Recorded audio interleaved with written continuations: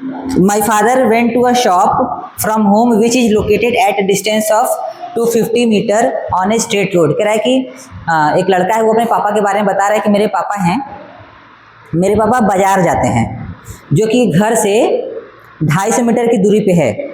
ठीक है, बाजार नहीं जाते हैं, शॉप जाते हैं, एक दुकान पे जो घर से कितनी दूरी पे है, 250 मीटर की दूरी पे है। On reaching there he discovered that he forgot to carry a cloth bag. कह रहा है कि जब पापा वहाँ पहुँचे तो वो भूल गए कि मैं तो घर से बैग लाना भूल ही गया। ठीक है, मैं तो घर से बैग लाना भूल गया। He came back home to take it, went to the shop again. और वो घर पे आते हैं वापस बैग लेने और फिर से जाते हैं कहाँ, दुकान पे फिर से चले जाते हैं। Bought provisions and came back home. How much was the total distance travelled by him, what was his total displacement from home. और ये क्वेश्चन है यहाँ पे कि बताओ कि इतना काम करने में, इतना चलने में वो जो फादर थे कितना दूरी तय किए और कितना विस्थापन तय किए। ठीक है, हो जाएगा। सबसे पहले तो हम यहाँ मार्क कर दें कि इसके आगे हम लिखेंगे नहीं।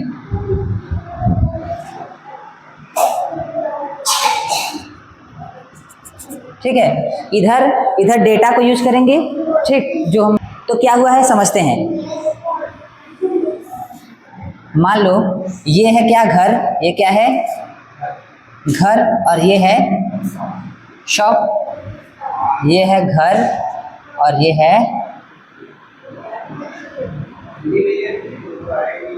जानते हैं ना शॉप माने दुकान।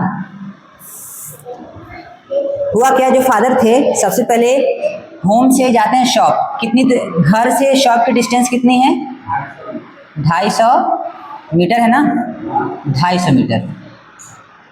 तो जब वो दुकान जाते हैं, हुआ क्या समझना कि घर से गए दुकान पे जाने के बाद क्या हुआ कि वो क्या भूल गए, कैरी बैग लाना।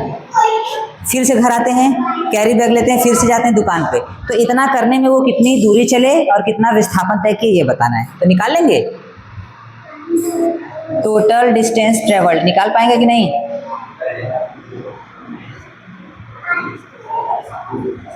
यानी कुल तय की गई दूरी कैसे निकालेंगे, निकालते हैं। सबसे पहले क्या हुआ, सबसे पहले वो घर से कहाँ गए होंगे, शॉप। तो कितना मीटर चले होंगे, प्लस जाने के बाद वो भूल गए बैग लाना तो वापस गए होंगे घर। तो घर जब गए होंगे तो फिर से 250 मीटर चले होंगे ना घर जाने के लिए। अच्छा, घर पे आ गए, बैग ले लिए, फिर से शॉप गए क्योंकि सामान तो खरीदना ही था, तो फिर से 250 मीटर चले। अच्छा, सामान खरीद के फिर से कितना चले, अब ऐड करिए, यानी 1000 मीटर वो चले, 1000 मीटर ट्रेवल किए घर से शॉप तक, यानी 2 बार आने जाने में। ठीक है। अच्छा, 1000 मीटर को क्या बोलते हैं, कितना किलोमीटर, 1 किलोमीटर चले। हाँ, ठीक है, यानी वो घर से दुकान जाने में कितना ट्रेवल किए, 1000 मीटर यानी 1 किलोमीटर। अच्छा, दूरी तो निकल गया, विस्थापन भी पूछा है कि कितना विस्थापन किए, ये निकाल लेते हैं। हाँ, तो सबको मालूम है कि डिस्प्लेसमेंट क्या हो जाएगा यहाँ पे, 0, क्योंकि शुरू भी यहीं से किए थे और ख़त्म भी वहीं पे किए। ये विस्थापन क्या होता है, डिस्प्लेसमेंट क्या होता है, प्रारंभिक बिंदु और अंतिम बिंदु के बीच की न्यूनतम दूरी, जो कि प्रारंभिक बिंदु भी यही है, न्यूनतम बिंदु भी यही है। तो यानी वो कितना विस्थापित हुए, कुछ भी नहीं। लिख पाएंगे ना, चलो कर लो, इसको हिंदी में लिख देना, कुल तय की गई दूरी। ठीक है, टोटल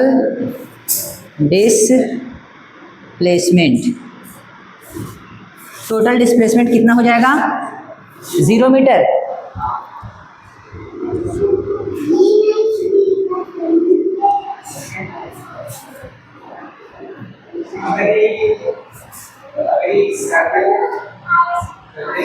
सर्कल में चलते तो वहां भी अगर जहां से शुरू करते वहीं पे आते, फिर से विस्थापन 0 हो जाता।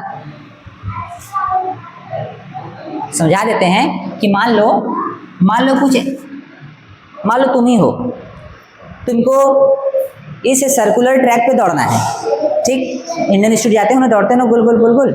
तो मान लो तुम यहाँ से शुरू किए, ए पॉइंट से शुरू किए और तुम घूम के यहाँ पे आ गए बी पॉइंट पे। ए से लेके बी पॉइंट की दूरी मान लो 500 मीटर है। ए से लेके बी पॉइंट की दूरी कितनी है? 500 मीटर। तो तुम ए से बी पे गए तो कितना मीटर तय किए? 500। लेकिन अगर तुम ए से चल के वापस से ए पे आ जाते तो उस केस में मान लो कि ये पूरा जो सर्कल है, ये जो पूरा ट्रैक है, ये मान लो 800 मीटर का होता। ये पूरा ट्रैक कितने का होता? मान लो कितने का होता? 800 मीटर का होता। तो तुम ए से स्टार्ट करके अगर ए पे आते वापस तो कितना दूरी तय करते? 800 मीटर। लेकिन अगर यहीं भी पूछ लिया जाता कि कितना तुम विस्थापन किए, कितना डिस्प्लेसमेंट किए, तो उस केस में क्योंकि तुम शुरू भी यहीं से किए थे और ख़त्म भी यहीं पे किए, तो कितना विस्थापित किए हुए? कुछ भी नहीं, क्योंकि तुम्हारी प्रारंभिक बिंदु और अंतिम बिंदु क्या है? सेम है। आधा करते तो उसको लिखते, आधा करते तो देखते कि सबसे न्यूनतम दूरी दोनों पॉइंट के बीच की कितनी है, वो निकालते। यानी जहाँ से शुरू किए और जहाँ ख़त्म किए उन दोनों के बीच की सबसे छोटी वाली दूरी लेते। दिखा रहे हैं, बता रहे हैं, देखो मान लो तुम ए से गए और बी पे आ गए और तुम ए और बी के बीच में विस्थापन, ए बाबू ध्यान दो, ऐसा अच्छा क्वेश्चन पूछा है कि अगर तुम ए से बी के बीच में विस्थापन निकालना चाहते हो तो ए और बी के बीच की सबसे छोटी दूरी कौन सी होगी? सबसे छोटी दूरी तुम्हारी ये वाली होगी। ठीक है, तुमको इसको कैलकुलेट करना पड़ेगा। हाँ, हमेशा सबसे छोटी दूरी स्ट्रेट लाइन से ही तो मिलेगा। अब तुम सोचो यहाँ से घूम के जाओगे ना, ये ट्रैवल करते हुए चलोगे तो ये तो तुम्हारा डिस्टेंस हो जाएगा। सबसे छोटी दूरी जहाँ से भी मिले वही विस्थापन होता है। तो यहाँ से यहाँ की छोटी दूरी सबसे यही, बताओ इससे छोटी दूरी हो सकती है क्या? नहीं हो सकती कोई भी ना। तुम किसी भी रास्ते से जाओ, सबसे छोटी दूरी तुमको यही दिखेगी। तो विस्थापन ये इन दोनों पॉइंट के बीच का डिस्टेंस होगा। ठीक, वो तो दूरी हो गया मान लो 500 मीटर। ठीक, नहीं बता पाओगे ना इस केस में। इस केस में तुमको और भी डेटा, ऐसा क्वेश्चन नहीं मिलेगा तुमको फिलहाल। तुम पूछ दिए तो ए से बी के बीच की डिस्टेंस अगर पूछता है तो वो बाकी डेटा देगा, और हो सकता है सेंटर दे दे, सर्कल का सेंटर दे दे और रेडियस दे दे, उसके बाद तुम निकाल पाओ। ठीक है, ठीक है, समझ गए। रेडियस देगा तो तुम पाइथागोरस थ्योरम लगा के अगर बोल देगा कि ये एंगल 90 डिग्री का है ना, तो तुम पाइथागोरस थ्योरम लगा के ए बी के बीच की डिस्टेंस निकाल सकते हो। तो ए बी के बीच की डिस्टेंस निकालने के तुमको एडिशनल इन्फॉर्मेशन देगा। खैर तुम्हारे बुक में ये चीज नहीं है। ठीक है, चलो आओ अगला क्वेश्चन देखते हैं।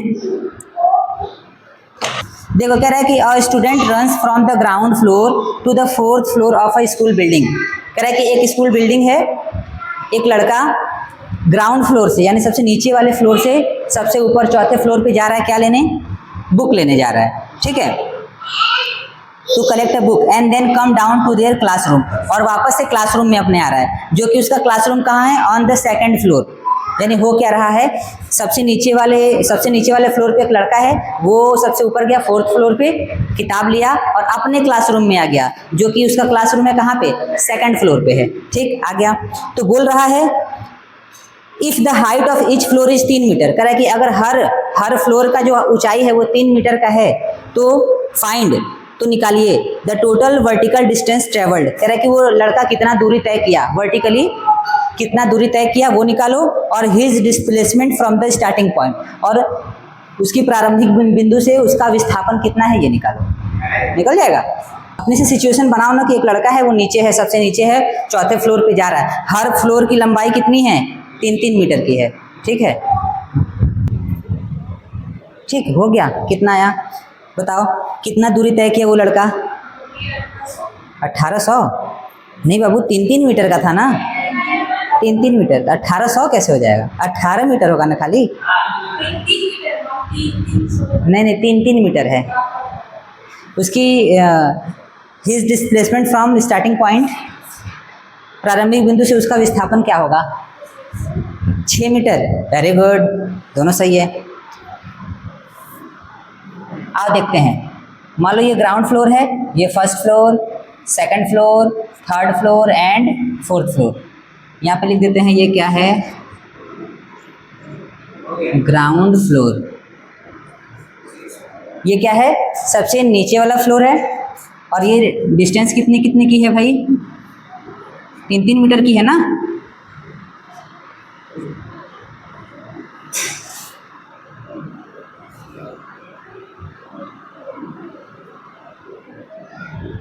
लड़का क्या किया, सबसे पहले यहाँ से स्टार्ट किया, ये इसकी स्टार्टिंग पॉइंट है, ये इसकी क्या है, स्टार्टिंग पॉइंट यानी प्रारंभिक, हाँ।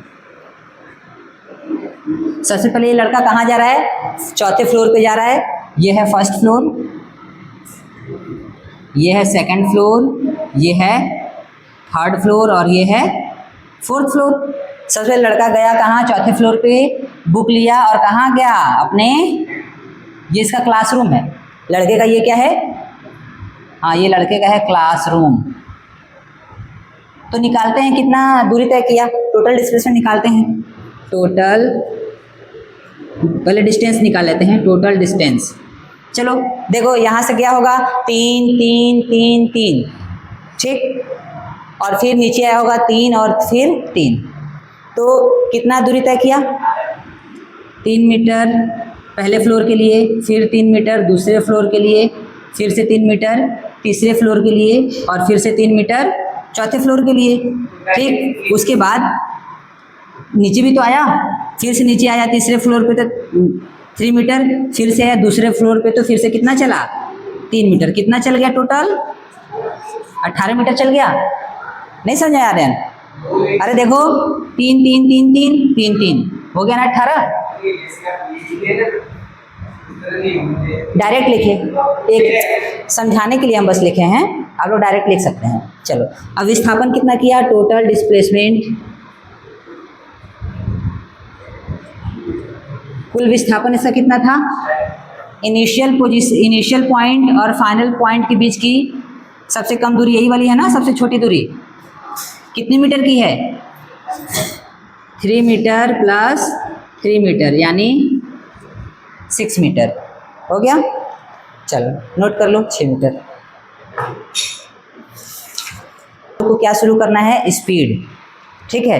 स्पीड पढ़ेंगे, एवरेज स्पीड पढ़ेंगे, वेलोसिटी पढ़ेंगे और एवरेज वेलोसिटी पढ़ेंगे। स्पीड को क्या बोलते हैं, चाल, एवरेज स्पीड को औसत चाल, वेलोसिटी को वेग, एवरेज वेलोसिटी को औसत वेग, ठीक, यही तो फर्क है, चीज़ें सेम है। चलो बाबू बात नहीं, अमन ध्यान दो, ठीक है। सबसे पहले हम लोग देखते हैं स्पीड क्या होता है। स्पीड समझ में आएगा तो एवरेज स्पीड भी समझ में आ जाएगा। स्पीड,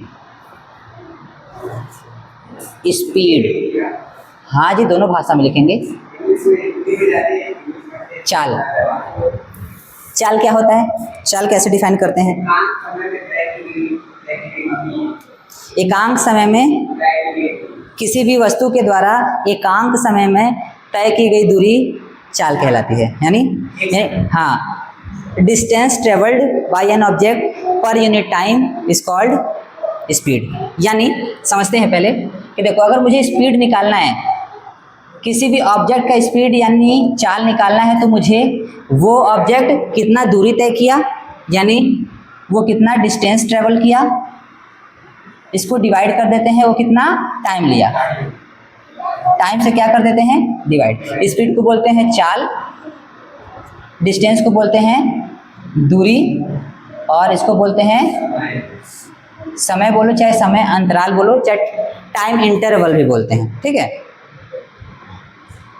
तो मान लो एग्जांपल समझते हैं कि मान लो एक ऑब्जेक्ट है, वो ए से बी पे जा रहा है और 100 किलोमीटर ट्रैवल कर रहा है। ए से बी पे जा रहा है और 100 किलोमीटर ट्रैवल कर रहा है, कितने घंटे में, 4 घंटे में। कितने घंटे में, तो स्पीड कैसे निकाली जाएगी कि इस ऑब्जेक्ट की स्पीड कितनी थी, तो निकाल लेंगे आराम से। हम लोग जानते हैं कि स्पीड बराबर डिस्टेंस अपॉन टाइम, तो दूरी कितना गया 100 किलोमीटर और इसकी, हाँ इसकी टाइम क्या था 4 घंटे में, डिवाइड करो 25 किलोमीटर प्रति घंटा, है ना। 25 किलोमीटर प्रति घंटा की रफ्तार से ये चल रहा था, यानी इसकी स्पीड कितनी थी 25 किलोमीटर प्रति घंटे, ठीक। तो जो डेफिनेशन है हम यहीं से बना सकते हैं, डेफिनेशन जो है हम इसी डेटा से बना सकते हैं। यानी पूछा जाएगा कि स्पीड क्या होगा, तो distance travelled per unit time is known as speed, यानी कि एकांक समय में, ये नीचे क्या लिखा है समय ना, समय का मतलब होता है कि कौन से समय की बात की जाती है, एकांक समय में। एकांक क्यों बोला जाता है, एकांक का मतलब होता है एक समय, इंग्लिश में यूनिट बोलते हैं, यूनिट टाइम, ठीक, या आप बोलते हैं पर यूनिट टाइम। एक का मतलब वो नीचे एक आ जाता है ना, इसलिए बोलते हैं एकांक समय। यहाँ एक देखो, यहाँ भी जो आंसर आया, ये जो हम 100 को 4 से डिवाइड किए तो ऊपर आया 25 और नीचे क्या आया 1 आया ना, तो नीचे एक आया कि नहीं, 1 घंटा आया कि नहीं। तो ये जो समय हम जो डिफिनेशन में लिखते हैं एकांक समय, एकांक का मतलब होता है एक समय। एक समय 1 घंटा भी हो सकता है, 1 सेकंड भी हो सकता है, 1 दिन भी हो सकता है, ठीक है। तो ये तुम्हारा निकल गया ऐसे चाल। किसी भी ऑब्जेक्ट का तुम, किसी भी वस्तु का तुम क्या निकाल सकते हो, चाल निकाल सकते हो। अच्छा ध्यान देना, ये इस तरीके से समझ में आ रहा है ना कैसे लिखा गया है ये, और इसको देख लो, समझ लो, फिर दिक्कत नहीं होगा। कि देखो आंसर आया था 25 किलोमीटर और नीचे क्या आया था 1 घंटा, यही आया था ना यहाँ पे। जब मैं इस एक को ऊपर ले जाऊंगा तो सबको मालूम है कि जब एक ऊपर जाएगा तो एक के ऊपर जो पावर लगा होगा उसका साइन चेंज होता है, नीचे +1 होगा ना यहाँ पे। जब इस एक को ऊपर भेजोगे तो ये हो जाएगा माइनस का, इसीलिए यहाँ पे क्या होता है माइनस का 1। तो 25 किलोमीटर प्रति घंटा यहाँ पे h लिख देते हैं, ठीक है, ठीक। हाँ, जब भी आप फिजिक्स में किसी चीज़ को कैलकुलेट करेंगे तो इसी तरीके से लिखना होता है, ठीक है। वैसे अच्छा, स्पीड समझ लिए। अगर हम स्पीड समझ लिए तो अभी साथ साथ में हम लोग एवरेज स्पीड भी समझ सकते हैं। एवरेज, औसत, हाँ, ये क्या होता है, देखो एवरेज स्पीड कैसे निकाला जाता है। एवरेज स्पीड बराबर होता है टोटल डिस्प्लेसमेंट, या तो बोल दे डिस्प्लेसमेंट, नहीं स्पीड है ना, तो यहाँ लिख देते हैं total distance divided by time interval या टाइम टेकन, एक ही बात है, टाइम इंटरवल। इसको बोलते हैं हिंदी में औसत चाल, कुल दूरी, समय अंतराल, इसको बोलते हैं समयांतराल, ठीक है, समय अंतराल। तो एवरेज स्पीड क्या होगा, देखो अगर मान लो हमें लोग कहीं भी जाते हैं, मान लो यहाँ से मार्केट गए अपने साइकिल से या अपने बाइक से, तो क्या हमारी स्पीड यहाँ से लेके पूरे मार्केट तक एक ही जैसी रहती है कि अलग अलग होती है। कभी हम लोग खाली रोड देखते हैं तो तेज़ चलाते हैं, कभी भीड़ भाड़ आ जाता है तो स्लो कर लेते हैं, अगर बीच में कुछ खाने पीने का मन कर दिया तो रोक भी देते हैं, ठीक। तो क्या हमारी स्पीड हर सिचुएशन में पूरे डिस्टेंस के दौरान एक ही होती है, बदलती रहती है कि नहीं। तो उस केस में अगर हम लोग अपने घर से मार्केट जब जाएंगे तो बीच में कई जगह हम लोग अपनी गाड़ी को स्लो करेंगे, तेज करेंगे या तो रुकेंगे। तो हम 5 पॉइंट बना ले रहे हैं, A B C D E। मान लो हम जब A से लेके B तक गए तो हम मान लो हम लिख देते हैं कि हम गए 10 मीटर 1 सेकंड में, ठीक है, लेकिन जब B से C गए तो हम 1 भी मीटर, मान लो B से जब C गए तो हम 20 मीटर गए, कितने मीटर गए 1 सेकंड में। अब मान लो हम C से जब D गए तो हम केवल 5 मीटर गए 1 सेकंड में। और D से जब मार्केट हम पहुंच गए तो हम मान लेते हैं यहाँ पे क्या लिख दें, चलो 15 मीटर, कितने सेकंड में 1 सेकंड में। तो आप देखेंगी तो कहीं कहीं हम 1 सेकंड में 10 मीटर गए हैं, कहीं कहीं 1 सेकंड में 20 मीटर चले गए हैं, कहीं कहीं 1 सेकंड में 5 ही मीटर गए हैं, कहीं कहीं 1 सेकंड में 15 मीटर। तो टाइम तो सेम है हर जगह, टाइम सेम है, लेकिन मेरी दूरी क्या है, अलग अलग आ रही है कि नहीं। यानी कि सेम टाइम में हम अलग अलग डिस्टेंस ट्रेवल कर रहे हैं, कभी ज़्यादा कर ले रहे हैं, कभी ज़्यादा कब कर रहे होंगे, जब मेरी स्पीड तेज रही होगी, कम कब कर रहे हैं, जब मेरी स्पीड स्लो हो गई होगी। तो हम यहाँ से अगर एवरेज स्पीड निकालें कि मेरे जो जिस गाड़ी से मैं गया मार्केट, उस गाड़ी की एवरेज स्पीड क्या रही, यानी औसत गति क्या थी, तो एवरेज स्पीड का फॉर्मूला क्या होता है, टोटल डिस्टेंस अपॉन में टाइम इंटरवल। तो लगाओ एवरेज स्पीड, निकालो कि कितनी दूरी तय की है हम। देखो 10 मीटर यहाँ, 20 मीटर यहाँ, 5 मीटर यहाँ, 15 मीटर यहाँ, ऐड करिए 40 मीटर। कितना समय लगा, 20 40 10 50 मीटर। कितना समय लगा, 4 सेकेंड। अब इसको डिवाइड करिए, कितना रहा है? ये आ रहा है ना, बोलो 12.5 मीटर पर सेकेंड। ठीक है, यानी कि मेरी जो इस एवरेज स्पीड थी वो क्या थी? 12.5 मीटर पर सेकेंड थी। यानी मेरी गाड़ी की जो औसत गति थी 12.5 मीटर पर सेकेंड की स्पीड से मैं चल रहा था। लेकिन आप यहाँ देखिए, क्या ऐसा है? नहीं। तो ये जो डेटा आती है, ये जो वैल्यू आता है वो एवरेज आता है, यानी सब मिला के मेरी गति आसपास कितने की रफ्तार में थी वो आता है। ठीक है, तो आप देखिए कि जब मैं स्पीड निकाला वहाँ भी टोटल डिस्टेंस को डिवाइड किया टोटल टाइम से, जब मैं एवरेज स्पीड निकाला वहाँ भी टोटल डिस्टेंस को डिवाइड किया टोटल टाइम से।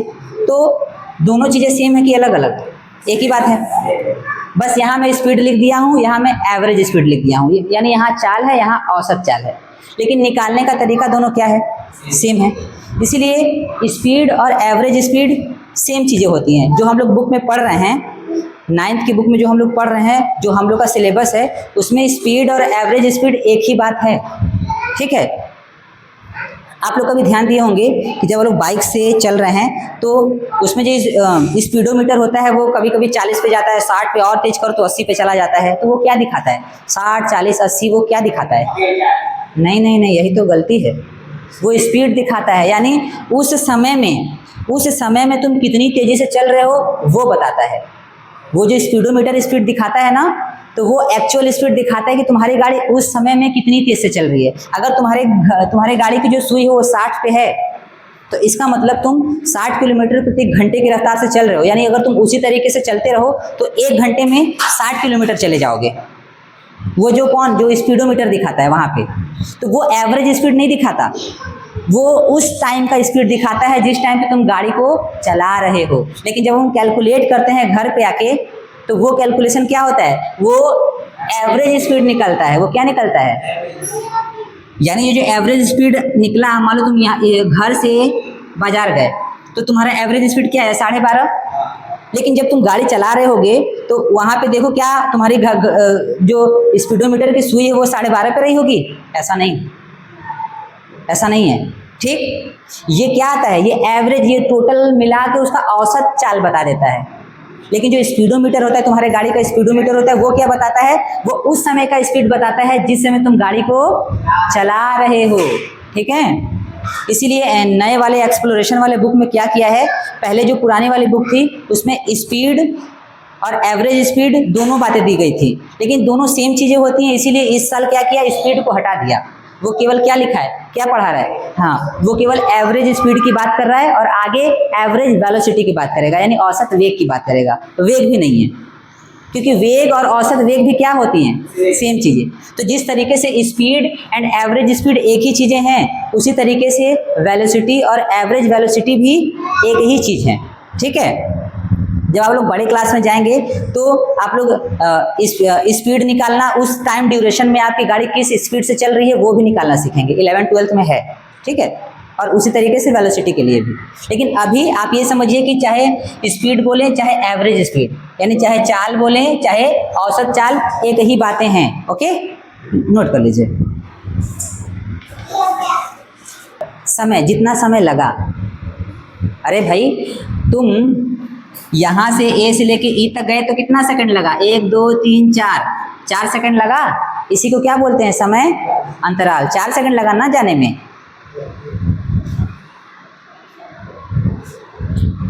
तो समझ में आया कि average speed of an object is the total distance divided by time interval during which the distance is covered. ठीक, ये हो गया तुम्हारा डेफिनेशन एवरेज स्पीड का, यानी औसत चाल का। हम हिंदी में भी बता दिए और इंग्लिश में भी। ओके, स्पीड की एसआई यूनिट क्या होगी? चाल की एसआई मात्रक क्या होती है? मान लो तुम भूल जाओगे तो कैसे निकालोगे? मान लो तुम भूल गए, सबसे पहले बात तो ये सोचो कि स्पीड को दिखाते कैसे? स्पीड को, चाल को कैसे डिनोट करते हैं? स्पीड को हम लोग वी बोलते हैं, वेलोसिटी। ठीक है, वी से क्या होता है? वेलोसिटी। वेलोसिटी और स्पीड सेम बातें हैं। ठीक, तो v बराबर डिस्टेंस को लोग दिखाते हैं स्मॉल s से, और टी से टाइम को दिखाते हैं, ठीक है। v बराबर एस अपॉन में टी। तो स्पीड को डिनोट करते हैं किससे? v से, ठीक। अच्छा ऐसा यूनिट क्या होगी? आओ स्पीड का ऐसा यूनिट निकालते हैं। देखो जब हम स्पीड निकालते हैं तो क्या करते हैं? टोटल डिस्टेंस को टोटल टाइम से डिवाइड करते हैं। तो ये जो डिस्टेंस है, डिस्टेंस की यूनिट हम लोग क्या मानते हैं? मीटर। और टाइम किस में मानते हैं? तो आ गया मीटर पर सेकेंड। तो जो ऐसा यूनिट होगा स्पीड का, ऐसा यूनिट होगा वो क्या होगा? मीटर पर सेकेंड। इसको लिखते हैं ऐसे भी हैं, मीटर पर सेकेंड, ठीक। अच्छा ये कौन सी क्वांटिटी होगी? चाल अदिश राशि है कि सदिश राशि है? स्केलर क्वांटिटी है या वेक्टर क्वांटिटी है? बताइए। अब बता, देखो चाल निकालने के लिए हम लोग क्या क्या इस्तेमाल कर रहे हैं? दूरी और समय। दूरी डिस्टेंस है, दूरी कौन सी राशि होती है? अदिश, स्केलर क्वांटिटी। अगर डिस्टेंस स्केलर क्वांटिटी है तो ये तुम्हारी स्पीड भी क्या होगी? स्केलर क्वांटिटी होगी, यानी हाँ अदिश राशि होगी, ठीक है। तो same goes for average speed, और यही एवरेज स्पीड के लिए भी होगा, औसत चाल के लिए भी यही सारी बातें होंगी। तो औसत चाल के लिए भी लिख सकते, चाहे चाल बोल दो चाहे इसको औसत चाल, यानी एवरेज स्पीड।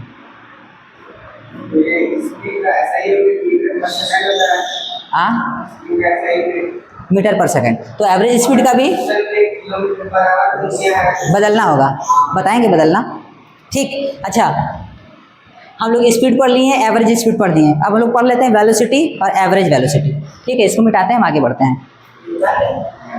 हाँ फटाफट उतार लो, उसी के नीचे लिख लो ऐसा यूनिट मीटर पर सेकेंड अदिश राशि, लिख लो फटाफट लाइन बना के। इसको फिर से लिखने की जरूरत नहीं है। कहाँ लो। अब देख लेते हैं वेलोसिटी और एवरेज वेलोसिटी। वेग और औसत वेग सेम बातें हैं।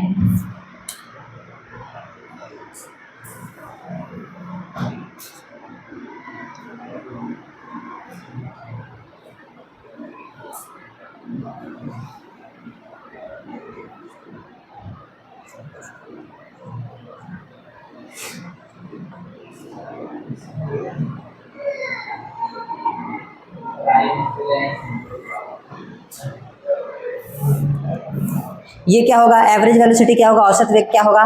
सेम चीज, सेम बात है। औसत वेग भी वैसे ही निकालते हैं, लेकिन यहाँ पे ध्यान देंगे ये टोटल दूरी नहीं होती है, ये होती है तो हिंदी में लिखते हैं, नहीं कुल विस्थापन होता है यहाँ पे, और डिवाइडेड बाई समय अंतराल। ये होता है टोटल डिस्प्लेसमेंट, और divided by time interval,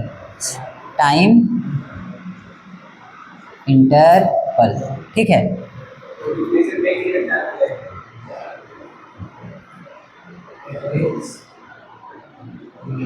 average velocity, ठीक। अब सोचो वेलोसिटी, हमको वेलोसिटी यानी वेग बताने के लिए हमको दो बातें बतानी होंगी, एक तो परिमाण यानी मैग्नीट्यूड, और साथ में डायरेक्शन, है ना। ये दोनों बातें बतानी होती है। इसलिए अगर हम कैलकुलेट करें, मान लो एग्जांपल समझते हैं कि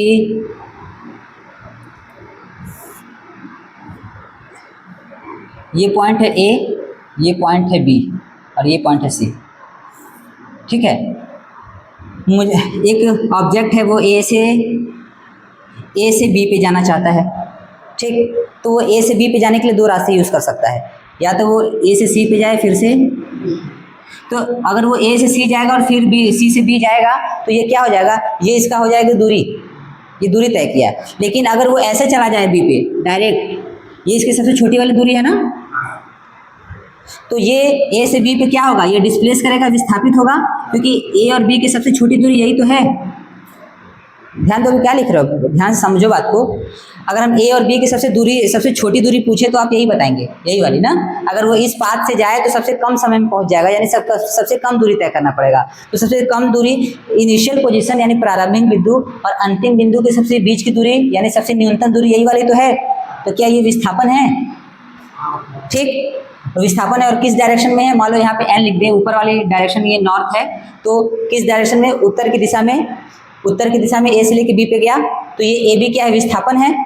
तो अगर मुझे ऑब्जेक्ट का औसत वेग निकालना होगा तो हमको क्या करना होगा, औसत वेग निकालने के लिए कुल विस्थापन, मान लो यहाँ से लेके ए से लेके बी से ए से लेके बी की दूरी हम यहाँ लिख लेते हैं, मान लो 100 मीटर की दूरी है, ठीक है। और इसको यहाँ से बी पे जाने में लगा कितना सेकंड, हाँ बोल दें, डिवाइड हो जाए 5 सेकंड, ठीक है। कितना सेकंड लगा, 5 सेकंड। तो हम एवरेज स्पीड निकाल सकते हैं, अरे एवरेज वेलोसिटी निकाल सकते हैं, यानी इस 100 मीटर को, 100 मीटर क्या है, कुल विस्थापन है ना, इसको डिवाइड कर देंगे समय अंतराल से यानी 5 सेकंड से, तो कितना आ जाएगा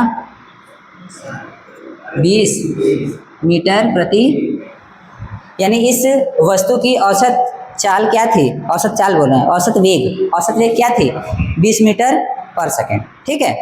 तो सेम बातें हैं, बस ध्यान देना होगा। अगर डेफिनेशन भी बना लेते हैं, इसी फॉर्मूले से हम लोग डेफिनेशन भी बना लेंगे एवरेज वेलोसिटी की। कैसे कि टोटल, पहले हिंदी में बोल देते हैं कि एक वस्तु द्वारा कुल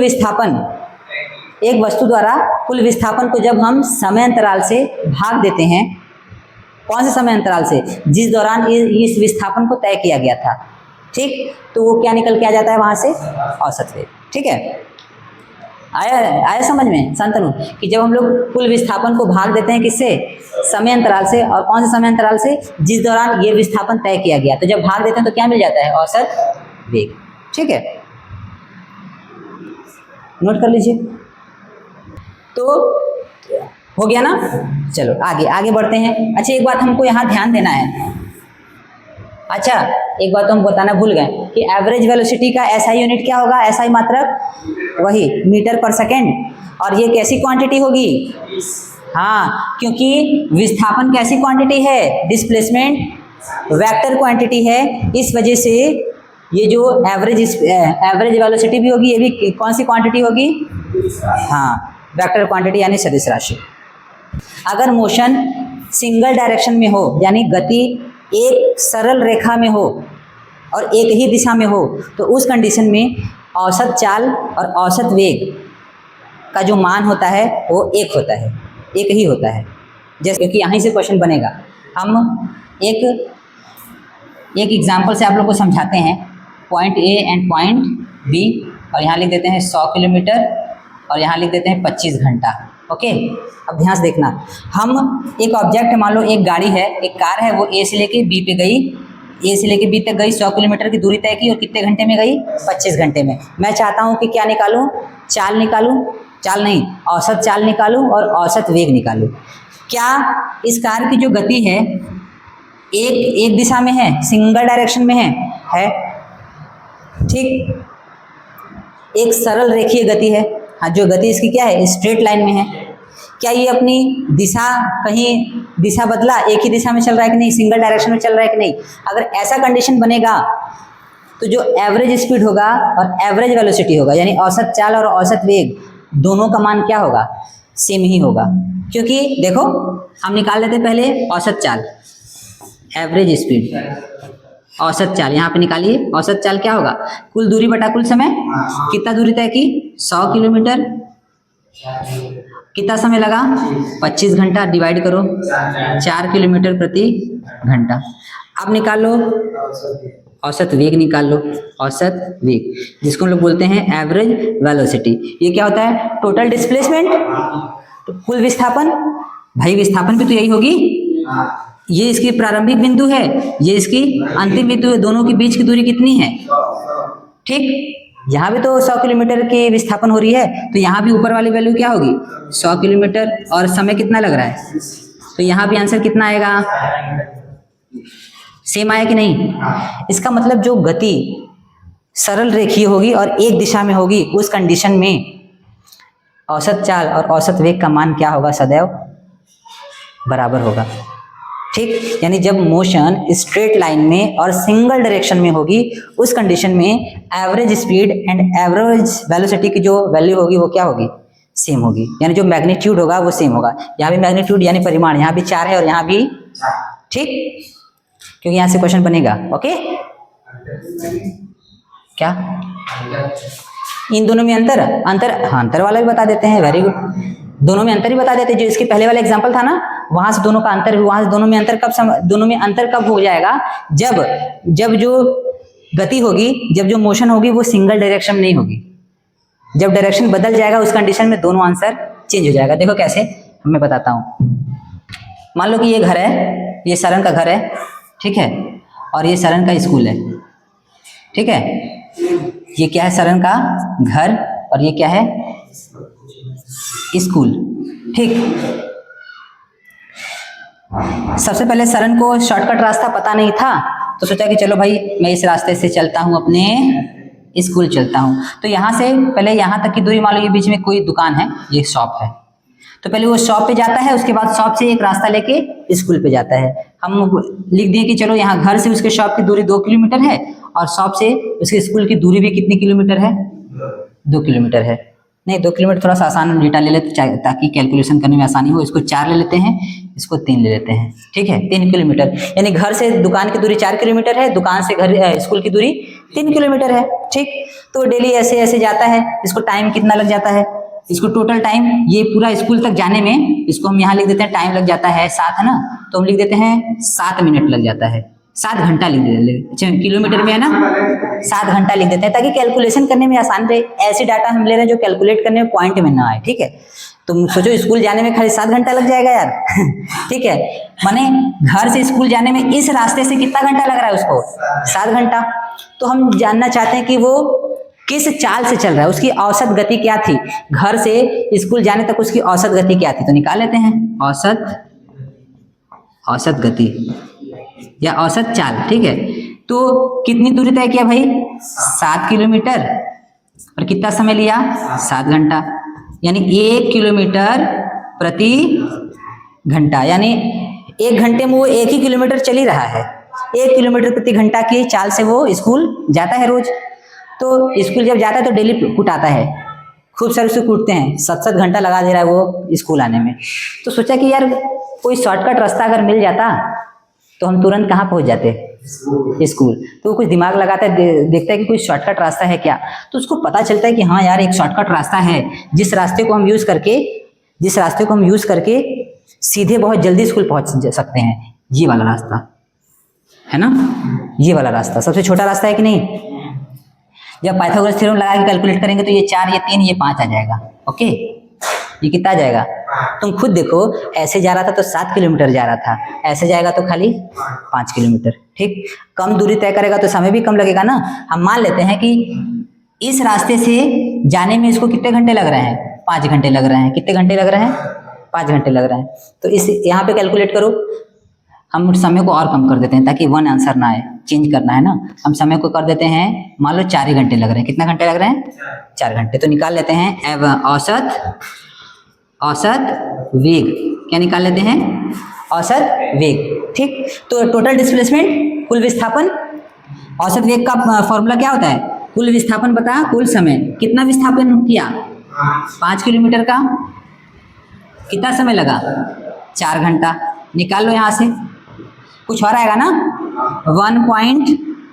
1 बचा 1.25 है ना, किलोमीटर प्रति घंटा, यानी कि औसत वेग 1.25 किलोमीटर प्रति घंटे आ गई। तो देखो अलग अलग हो गई ना, क्या ये दोनों दिया है ना, इन दोनों का इस्तेमाल करके ये निकाल लोगे। मैथ लगाना पड़ेगा वहाँ, पाइथागोरस यहाँ 90 अंश का कोण बनता है ना, मालूम है। तो मुझे याद था इसलिए वही वैल्यू ले, ये 4 होगा, ये 3 होता है तो ये 5 होता है, ये 4 होता है, ये 3 होता है तो ये 5 होता है, ये मुझे याद था। निकालोगे भी तो आ जाएगा, निकाल के दिखा दे क्या, पाइथागोरस में जानते हैं ना, इसका स्क्वायर 9, इसका स्क्वायर 16, और 16 और 9 25, और वहाँ से स्क्वायर उधर आके रूट लगेगा तो 25 का रूट क्या होगा, आया ना, ठीक। इस तरीके से आएगा, ठीक है। तो ये डिफरेंस है एवरेज स्पीड और एवरेज वेलोसिटी में, यानी औसत वेग और औसत चाल में। दोनों सेम, दोनों का मान एक एक कब आएगा? जब वो गति कैसी होगी? एक सरल रेखा में गति होगी और एक दिशा में सिंगल डायरेक्शन में। ठीक, देखो ये भी सीधी रेखी गति है, ये भी सीधा है, ये भी सीधा है, लेकिन ये एक दिशा नहीं है, दिशा बदल गया। पहले वो ऐसे जा रहा था, फिर, है ना? हाँ, बहुत प्राचीन काल में, बहुत पहले, जब यूनिट्स नहीं होते थे, जब इकाइयाँ नापने वाले की, तो राजा लोग क्या करते थे? अपने हाथ के अकॉर्डिंग दूरी बना देते थे। जैसे मान लो कि एक राजा हुआ, वो बोल दिया कि 1 मीटर मेरे हाथ इतना बड़ा होगा, यानी यहाँ से यहाँ तक जितना बड़ा मेरा हाथ होगा उतना ही बड़ा हम 1 मीटर मानेंगे। हाँ, तो मान लो अगर राजा बदलता होगा तो हाथ की लंबाई भी बदलती होगी। अब नए नए राजा आएंगे तो अपने हाथ की लंबाई अलग अलग देते रहेंगे, 1 मीटर बदलता रहेगा कि नहीं? अब कोई ऐसा राजा आ गया जिसका हाथ और छोटा है, तो उसके लिए 1 मीटर और छोटा हो जाएगा कि नहीं? तो उस कंडीशन में वो लोग इकाइयों को, एक इकाई चलता था उस कंडीशन में योजन नाम से। योजन, क्या? योजना, इंग्लिश में बोलते हैं योजना, हिंदी में बोलते हैं योजन। ठीक है, यानी 1 योजन, 2 योजन, जैसे हम लोग बोलते हैं 1 मीटर 2 मीटर, पहले यूज़ करते थे क्या? 1 योजन 2 योजन, ये भी एक दूरी का क्या था? इकाई था, दूरी नापने के लिए यूज़ करते थे। तो उसी पे एक क्वेश्चन है योजन पे, यानी योजन आएगा तो आप क्या समझेंगे? दूरी है। ठीक है, तो एक क्वेश्चन क्या है समझेंगे। लिखा है कि 2 पोस्टमैन हैं, पोस्टमैन जानते हो ना, डाकिया। 2 पोस्टमैन हैं, they start walking toward each other from A distance of 210 योजन। यानी 2 पोस्टमैन हैं, वो दोनों एक दूसरे के पास ट्रैवल करने लगे। पहले तो एक दूसरे के बीच की दूरी कितनी है? 210 योजन की है। दोनों स्टार्ट किए चलना। ठीक, चलना स्टार्ट किए। वन ट्रैवल 9 योजन per day and the other cover 5 योजन पर डे। यानी एक सैनिक एक दिन में 9 योजन कवर कर रहा है और दूसरा वाला एक दिन में 5 योजन कवर कर रहा है। तो वो दोनों कितने दिन बाद एक दूसरे से मिलेंगे, वो निकालना है। समझ आया? देखो, कह रहे हैं कि 2 पोस्टमैन हैं। सबसे पहले तो ये डिस्टेंस देख लेते हैं। मान लो ये सैनिक 1 है, पोस्टमैन, मान लेते ये पोस्टमैन 1 है और ये पोस्टमैन दूसरा वाला। ठीक है, दोनों के बीच की दूरी कितनी है? 210 योजन की। तो पूछा है कि ये दोनों चलना एक दूसरे के करीब, एक दूसरे के पास आ रहे हैं, तो कितने दिन में ये एक दूसरे से मिल जाएंगे? दिया क्या गया है कि एक जो पोस्टमैन है वो एक दिन में 9 योजन चलता है और दूसरा एक दिन में 5 योजन चलता है। तो कितने दिन बाद एक दूसरे से वो मिल जाएंगे? सोचो कैसे निकालेंगे। पहले देख लो कि वो लोग दोनों मिल के एक दिन में कितना चल रहे हैं। मान लो ये एक दिन में 9 चलेगा तो यहाँ आएगा, मान लो ये 5 चला तो इतना चला एक दिन में। फिर अगले दिन में ये फिर 9 चलेगा, फिर ये 5 चलेगा, फिर अगले दिन में ये फिर 9 चलेगा, ये 5 चलेगा, ऐसे तभी तो जाके मिलेंगे। तो ये निकाल लें कि सबसे पहले कि वो एक दिन में दोनों मिल के कितना चल रहे हैं, उसके बाद निकाल लेंगे जो भी डेटा पूछा होगा। देखो कैसे निकालेंगे। इन 1 डे दे कवर्स, यानी एक दिन में वो दोनों मिल के कितना चल रहे हैं? 9 योजन ये चल रहा है, 5 योजन ये, यानी 14 योजन चल रहे हैं। योजना दोनों मिलके एक दिन में कितने चल रहे हैं? 14। चलाना कितना है? 210 योजन। तो कैसे निकालेंगे? क्लास 7-8 में पढ़े हैं यूनिटरी मेथड। यानी कि अगर एक दिन में 14 योजन चल रहे हैं तो कितने योजन चलाने हैं? 210। तो इसको 210 बना लो। पहले देख लो कि एक योजन कितने दिन में चलेंगे। एक का निकल गया, फिर निकालेंगे 210 योजन कितने दिन में चल रहे हैं। इसको ऐसे लिख सकते हैं ना कि ये दोनों मिल के 14 योजन चल रहे हैं कितने दिन में? एक दिन में। वेरी गुड, सही निकाले। चलेंगे, ये एक दिन हो गया और डिवाइड करने के किससे? 14 से। ये तो एक योजन चले, लेकिन एक योजन नहीं चलाना है। कितना योजन चलाना है? तो दोनों साइड किससे मल्टीप्लाई कर दें? 200। तो एक योजन में जब 210 से मल्टीप्लाई करोगे तो कितना आ जाएगा, 210 योजन।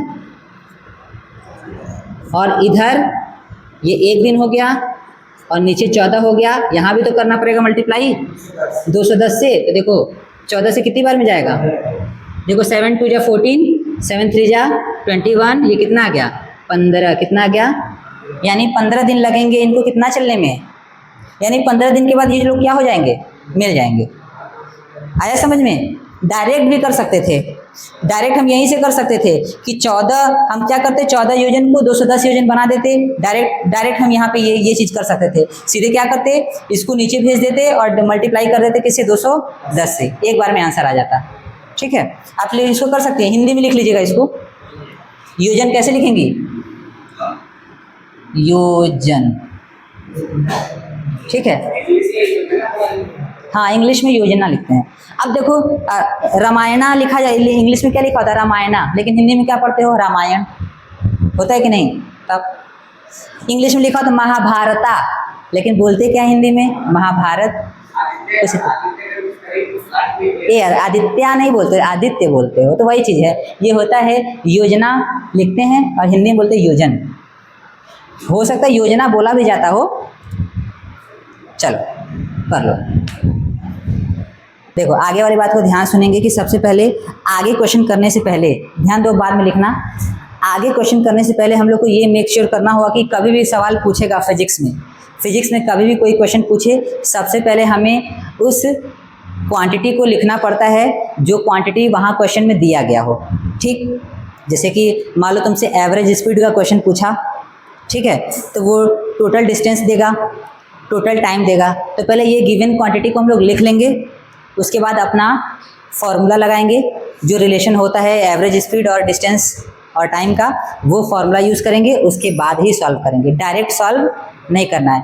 हम बाकी अभी एग्जांपल्स दिए होंगे तो डायरेक्ट वैल्यू रखे होंगे, लेकिन कभी भी आप लोग क्वेश्चन सॉल्व करेंगे तो कैसे करना है, सबसे पहले जो डेटा दिया है उस डेटा को नोट करना है, उसके बाद उस डेटा से रिलेटेड फॉर्मूला लगाना है, फिर उसके बाद सॉल्व करना है। ठीक, और पूरा यूनिट के साथ, तब जाके आपको पूरा प्रॉपर नंबर मिलेगा। वैसे नंबर कोई काट नहीं पाएगा ना, उस तरीके से करेंगे तो। ठीक, आगे क्वेश्चन पे बढ़ने से पहले हम लोग देख लेते हैं किलोमीटर प्रति घंटे को कैसे बदलते हैं, मीटर पर सेकंड में आता है बदलना, सिखा चुके हैं ना। कि अगर आपके पास कोई क्वांटिटी है किलोमीटर प्रति घंटे में और उसको बदलना है किसमें, मीटर पर, तो कैसे बदलते हैं,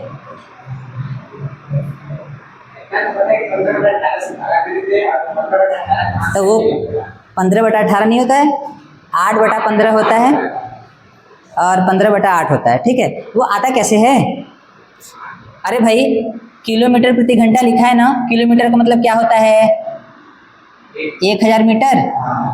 1 घंटा हमको सेकंड में बदलना है ना घंटे को, तो बताओ 1 घंटे में कितना मिनट, 60, और 1 मिनट में कितना सेकंड, तो ये क्या आ गया, 1000 ऊपर आ गया और नीचे 3600 आ गया। अब ध्यान से समझना, 2 जीरो से 2 जीरो, ये कितना आ रहा है बताओ, ये क्या 5/18 नहीं आ रहा है क्या, यार यही तो है, यही ना है। हम लोग क्यों 5/18 से मल्टीप्लाई करते हैं, क्योंकि भाई किलोमीटर को चेंज करोगे मीटर में और आर को चेंज करोगे सेकंड में, तो यही डेटा आने वाला है ना। तो इसलिए अगर हमको किलोमीटर प्रति घंटे से मीटर पर सेकंड में जाना होता है तो सीधे 5/18 से क्या कर देते हैं, मल्टीप्लाई कर देते हैं। ठीक, तो मैं इस वैल्यू को डायरेक्ट ऐसे लिख देता हूँ कि कभी भी किलोमीटर प्रति घंटे से हम मीटर पर सेकंड में जाएंगे तो क्या करेंगे, 5/18 से मल्टीप्लाई कर देंगे। और वाइस वर्सा उसी तरीके से अगर मीटर पर सेकंड से हम लोग को कहाँ जाना हो, किलोमीटर पर आर में, तो उल्टा कर दो यार, बस ऊपर 18 हो जाएगा और नीचे हो गया। यानी मीटर पर सेकंड से किलोमीटर पर आर में जाने के लिए हम लोग मीटर पर सेकंड को 18/5 से क्या कर देंगे, तो किस में पहुंच जाएंगे, किलोमीटर पे। ठीक है, अब इसके आगे वाले क्वेश्चन को हम लोग कल करेंगे, यहाँ से नोट कर लीजिए, फिर छुट्टी।